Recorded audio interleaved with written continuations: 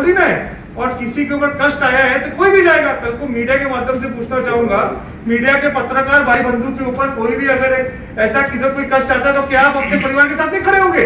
100% खड़े होंगे। क्या डिसोन कर दोगे?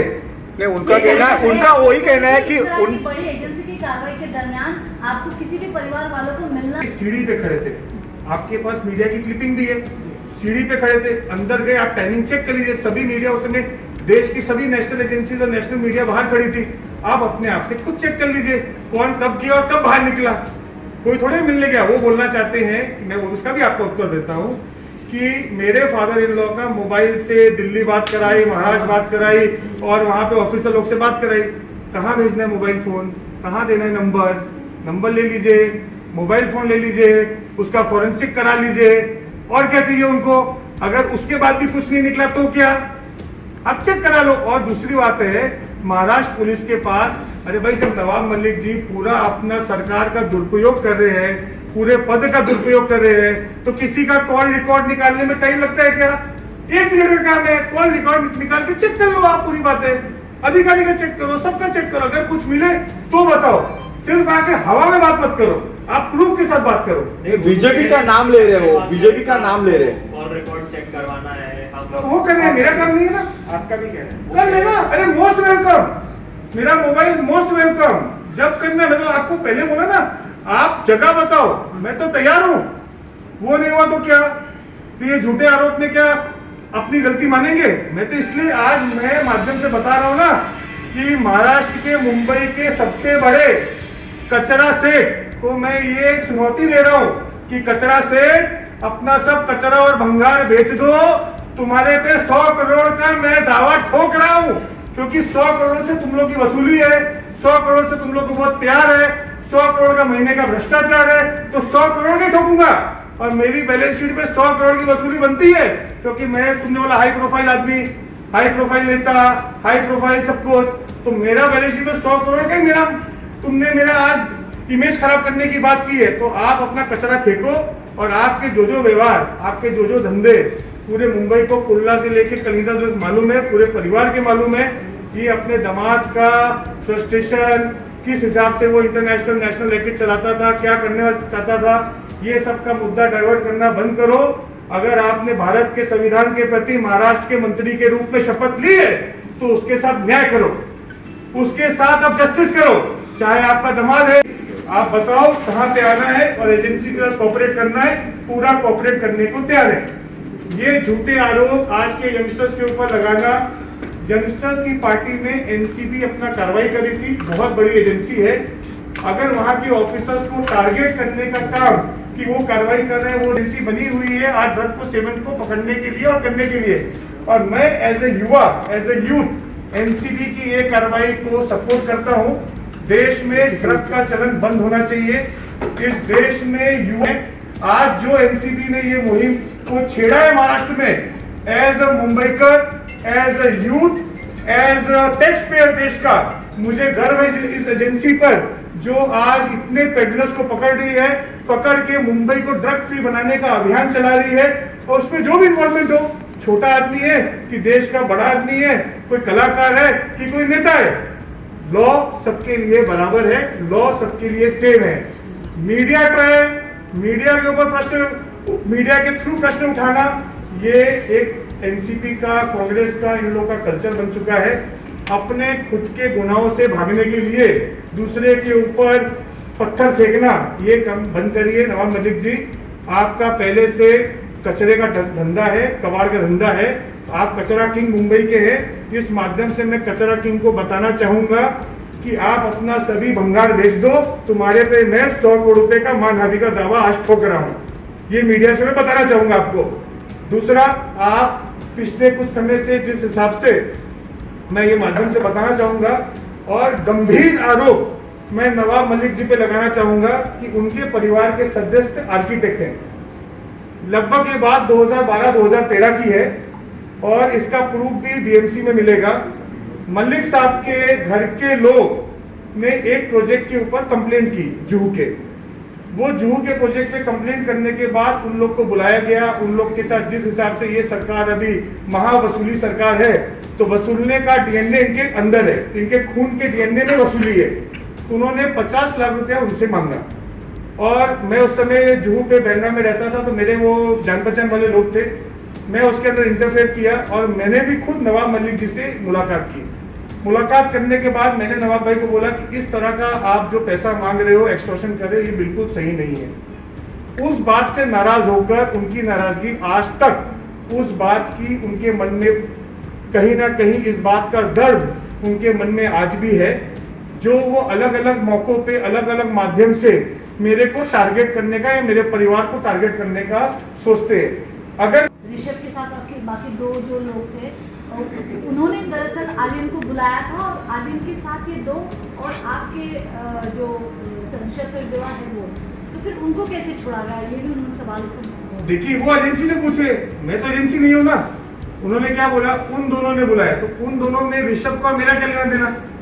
मेरा तो कोई वास्ता नहीं। ये फिशिंग करके सिर्फ नाम मेरा उछालना और मीडिया ट्रायल कराना, प्रेस कॉन्फ्रेंस लेके 3 दिन से होना, बीजेपी के हाई प्रोफाइल लीडर ट्वीट करना, आज प्रेस कॉन्फ्रेंस नहीं, कल है, कल नहीं, परसों है, ये तरह के बिना प्रूफ के राजनीति करना बंद करें। उनके जो मैटर ईडी सीबीआई में जो भ्रष्टाचार के उनके पूरी पार्टी पे चल रहे हैं, उनको लगता है झूठे मूठे फिशिंग करके अगर वो मुद्दा मेरे पे डाइवर्ट करेंगे तो उससे कुछ नहीं होगा। मैं अकेला सक्षम हूँ, पूरे नवाब मलिक जी नहीं, पूरे जितना सिस्टम है उससे लड़ने के लिए।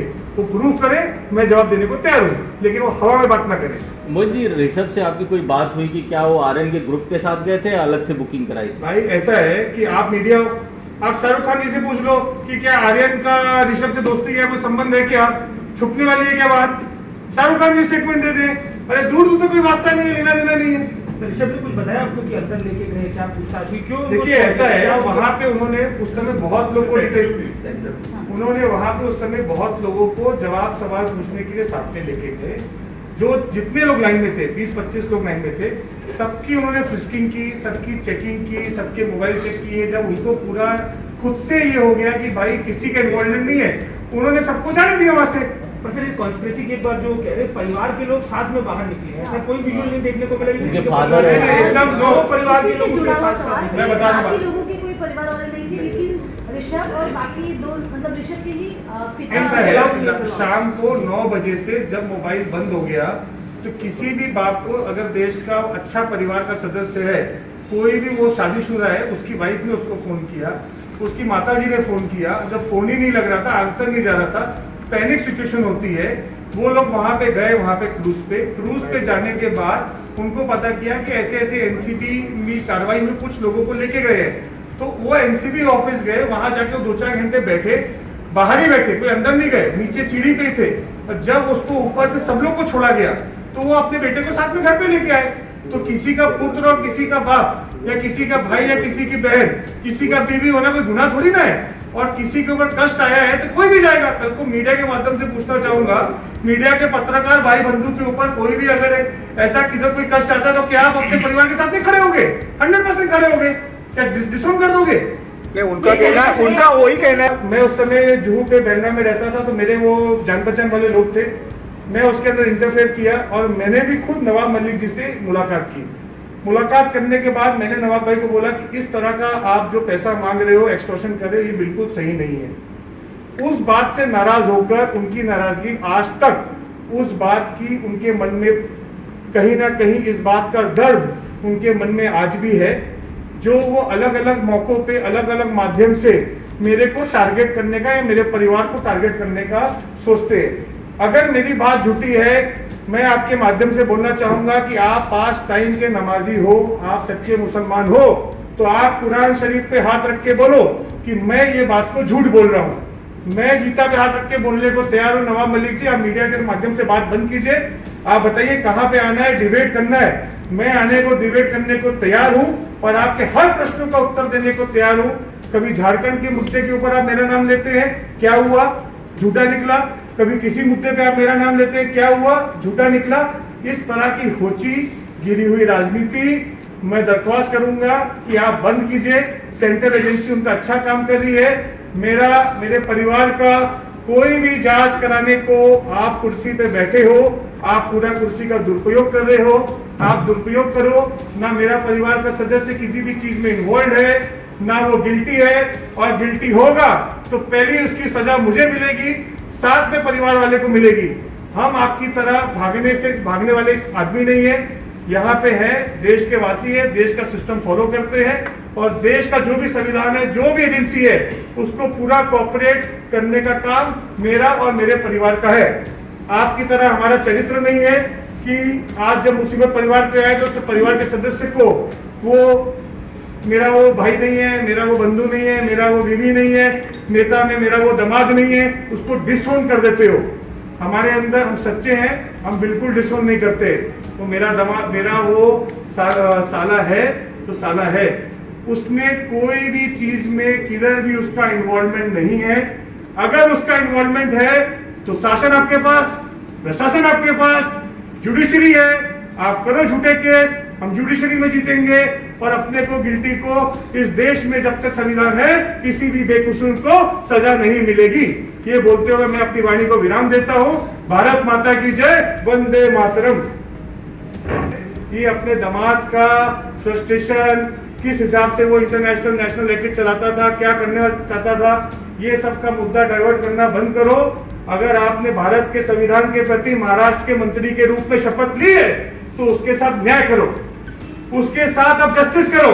चाहे आपका दामाद है, चाहे आपकी बेटी है, चाहे आपका बेटा है या खुद है, एजेंसी से क्यों भाग रहे हो? हम तो तैयार है ना, हमने तो शपथ नहीं ली, ना एमएलए, ना एमपी, ना नगर सेवक, तब भी सीधा ठोक के बोल रहे। आप बोलो कहाँ आने का है? मोबाइल लेके आते हैं ना, कॉल रिकॉर्ड आप निकाल लेना एजेंसी से, मोबाइल मैं देता हूँ, और कोई डाटा डिलीट होगा तो बता देना। आपने खुद को बीजेपी पद नहीं है, तो क्या जानबूझकर आपका नाम इसमें डाला गया ऐसा लगता है? सर, मैं 1.5 साल से मेरे पास बीजेपी का लास्ट मैं 2019 में भारतीय जनता पार्टी का महामंत्री था। आप मुझे बता दो उसके बाद मेरे पास क्या पद है। मैं तो ऑफिशियली लिखता हूँ बीजेपी कार्यकर्ता, क्योंकि मैं तन मन से बीजेपी के साथ जुड़ा हुआ हूँ, नरेंद्र मोदी जी की विचारधारा के साथ जुड़ा हुआ हूँ, आरएसएस की विचारधारा के साथ जुड़ा हुआ हूँ। लेकिन मैं ऑफिशियल पदाधिकारी अभी नहीं हूँ, ना मैं ओपन बीजेपी सब पत्रकार बैठे हैं उनको भी पता है, ना मैं काम कर रहा हूँ। मैं मेरे बिजनेस के साथ और दूसरे चीजों में व्यस्त हूँ, ना मैं ऑफिशियली कोई भी एकदम किसी भी तरह से एक्टिव पॉलिटिक्स में फिलहाल मैं था, लेकिन मैं 1.5 साल से नहीं हूँ। अभी मेरा नाम लेना जोड़ना, तो भाई नाम तो बड़े आदमी का लिया जाता है। आप आज क्यों आए हो? आज मेरा ड्राइवर होता है या कोई क्यों होता है तो आप नहीं जाते ना, तो नाम जोड़ना तो बड़ी बात है, जोड़ दो। नाम जोड़ने से क्या कोई गुनहगार हो जाता है? और कोई विजुअल दिखाने से हाँ भाई मेरा साला तो था, तो आज थोड़ी ना मैं डिसोन करूँ कि मेरा साला नहीं था। चलो है कहाँ पे, आप सामने लाएंगे मीडिया के बात करने के लिए? 100% साले से बात करूंगा, इशू कब आएंगे जवाब देंगे आपको। मुंबई में है, बाहर है कहीं? नहीं, मुंबई में क्यों बाहर जाएंगे भाई? किस लिए जाएंगे बाहर? क्यों जाएंगे बाहर? सब लोग इधर ही है ना, क्यों नहीं भाई बाहर जाएंगे? हम तो बोल रहे हैं आप एजेंसी का नोटिस भेजो ना, आपके पास है ना महाराष्ट्र सरकार की एजेंसी, हम जवाब देंगे। मोहित जी, आपने कहा कि 20-25 ऋषभ के साथ बाकी 2 लोग, बस इतने ही लोग बाहर देखिए आते ऐसा हैं। है, मैं आपको वही क्लैरिटी करना चाहता हूँ। जब वो सबको लेके गए तो वहां पे जब ऋषभ पहुंचा तो अलग अलग सब गए। आपने देखा होगा वीडियो क्लिपिंग के अंदर, ये 3 लोग गए, 3 लोग आए, ये 3 के ग्रुप में गए थे क्रूज में। एनसीबी को कोई गलत फहमी हुई, उनको लगा कि वो ग्रुप के साथ आर्यन के ग्रुप के साथ लाइन में सब चेक इन कर रहे थे, आगे पीछे थे, वो सबको लेके चले गए। उन्होंने अपनी जांच पड़ताल जब की, जब सबको देखा कि भाई इनका कोई इससे रिश्ता ही नहीं है, कोई लेना देना ही नहीं, और ये क्लीन है। अगर आपको भी पता है किसी भी तरीके से आज ड्रग का सेवन या बेचने वाला आदमी होता है, उसकी बॉडी लैंग्वेज बताती है। इवन ड्रंकन आदमी जो होता है उसकी बॉडी लैंग्वेज बताती है। उन्होंने चेक करके उसको जाने दिया। तो 100% साले से बात करूंगा, इशू कब आएंगे जवाब देंगे आपको। मुंबई में है, बाहर है कहीं? नहीं, मुंबई में क्यों बाहर जाएंगे भाई? किस लिए जाएंगे बाहर? क्यों जाएंगे बाहर? सब लोग इधर ही है ना, क्यों नहीं भाई बाहर जाएंगे? हम तो बोल रहे हैं आप एजेंसी का नोटिस भेजो ना, आपके पास है ना महाराष्ट्र सरकार की एजेंसी, हम जवाब देंगे। मोहित जी, आपने कहा कि 20-25 ऋषभ के साथ बाकी 2 लोग, बस इतने ही लोग बाहर आते देखिए हैं। ऐसा है, मैं आपको वही क्लैरिटी करना चाहता हूँ। जब वो सबको लेके गए तो वहां पे जब ऋषभ पहुंचा तो अलग अलग सब गए। आपने देखा होगा वीडियो क्लिपिंग के अंदर, ये 3 लोग गए, 3 लोग आए, ये 3 के ग्रुप में गए थे क्रूज में। एनसीबी को कोई गलत फहमी हुई, उनको लगा कि वो ग्रुप के साथ आर्यन के ग्रुप के साथ लाइन में सब चेक इन कर रहे थे, आगे पीछे थे, वो सबको लेके चले गए। उन्होंने अपनी जांच पड़ताल जब की, जब सबको देखा कि भाई इनका कोई इससे रिश्ता ही नहीं है, कोई लेना देना ही नहीं, और ये क्लीन है। अगर आपको भी पता है किसी भी तरीके से आज ड्रग का सेवन या बेचने वाला आदमी होता है, उसकी बॉडी लैंग्वेज बताती है। इवन ड्रंकन आदमी जो होता है उसकी बॉडी लैंग्वेज बताती है। उन्होंने चेक करके उसको जाने दिया। तो आज वो 3 का ग्रुप था, 3 के ग्रुप, तीनों के अंदर आप तीनों का दोबारा टेस्ट करा लो। टेस्ट करने में टाइम तो नहीं होता है, 1 महीने तक का डीएनए टेस्ट और ब्लड के अंदर ऐसा सेवन रहता है। उनका मोबाइल चेक किया, आर्यन का जो ग्रुप था वो डिफरेंट था, इनका ग्रुप अलग था, और भी लोगों को लेके आए थे, उनका ग्रुप अलग था। सबको डिफर करके उन्होंने जाने दिया। जब कोई दोषी नहीं है तो जबरदस्ती तो नहीं बिठा लेंगे ना, आखिर दोषी तो होना चाहिए ना। सर तो क्या वो प्रतीक गावा और आमिर फर्नीचर वाला को ऋषभ, यह आरोप है कि इन दोनों ने ही आर्यन खान को बुलाया? आर्यन बुलाया, उसकी मुझे जानकारी नहीं। मेरे भाई का, मेरे साले का आर्यन खान से दूर दूर तक कोई लेना देना नहीं। उन्होंने क्या बुलाया उसकी मेरे को देखी जानकारी नहीं। गावा वाले को मैं भी नहीं जानता, सच जो बात है। आमिर फर्नीचर वाले, जो आमिर फर्नीचर वाला है, मैं 2-3 बार मिला हूँ, ऋषभ का दोस्त। और उन लोगों ने आर्यन का, उनका संबंध होगा तो मुझे जानकारी नहीं है। आप गावा वाले के लिए बोलो, आप आमिर फर्नीचर वाले के लिए बोलो, मेरे साले का आर्यन खान से कोई दूर दूर तक वास्ता नहीं। नवाब मलिक का दूसरा प्रेस कॉन्फ्रेंस है, पहले प्रेस कॉन्फ्रेंस जी। में भी जो एक पंच थे उनका बीजेपी से लेना देना था। अब भी जब वो प्रेस कॉन्फ्रेंस कर रहे हैं उसमें यही कह रहे हैं कि आपसे जुड़े हुए जो एक रिश्तेदार हैं वो वहाँ पर मौजूद है। किस तरह से देखते हैं 2 प्रेस कॉन्फ्रेंस और दोनों में कहीं ना कहीं वो बीजेपी से जुड़े हुए लोग? देखिए, बॉम्बे में मेरा परिवार के बहुत सदस्य हैं, तो आज क्रूज पार्टी की छुट्टी तो नहीं हुई है। आदमी किधर भी आता जाता है तो क्या आएगा जाएगा नहीं? आदमी किधर भी आएगा जाएगा, तो उसके कोई किधर घटना हो जाती है, कोई आज मैं नहीं कोई भी होगा, तो इसका मतलब थोड़ी ना कि उसको अटैच कर देंगे, जोड़ देंगे। ये देखिए, ऐसा कोई प्रूफ है तो आप प्रूफ बताइए। फिशिंग नहीं चलेगी, they can not be fishing.